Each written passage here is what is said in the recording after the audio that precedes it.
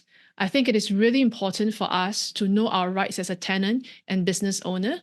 And I think, this goes back again to how during COVID, one of the best development that came out of that, one of the good things that emerged from COVID was how it shone a spotlight on the exacerbation of leasing practices in Singapore in the past decade, right? And I think it's to the detriment of tenants. But I think with the advocacy of a tenant-led cooperative, I think SG Tough, I don't know whether you'll be familiar with, and other business associations like SBF, RAS, SRA, and ASME, the advocacy led by this collective of associations and cooperative, it created an awareness of this imbalance in terms of like negotiating power.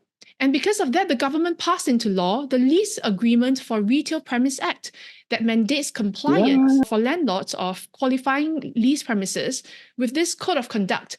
And as somebody who has operated in Singapore since 2009, I can say that this piece of legislation is a monumental first step towards a fair and balanced lease negotiation process. So I think this goes a long way to support the growth of like businesses, small businesses, especially in the long run.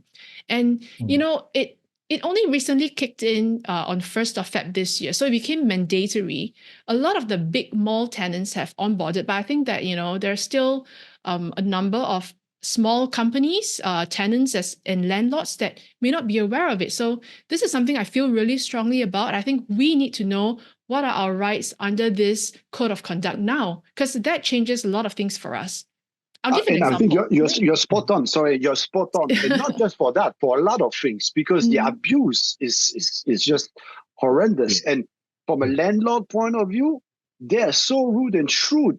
Wow, you can be eaten alive sometimes.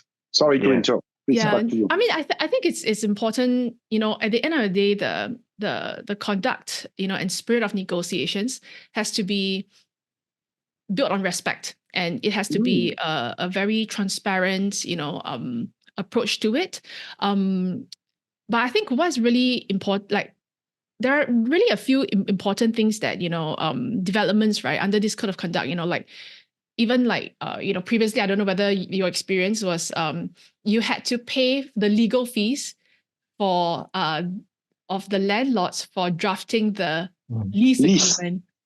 So we had to pony up and pay that, right? But, it is under this code of conduct, it is now mandated that this cost is part of the landlord's business cost of operating its business. So I think we need to know that, there are all these changes that has now kicked in, but we need to educate ourselves on that. So, like if one advice I could give, before you sign a lease, go do your market research, go look up historical rental data and understand your rights under code of conduct now, because this is a very new development. And I think when you look at like new spots, we need to understand that we can review our lease terms to make sure that it's compliant with this. It should be compliant if it's a qualifying lease premise.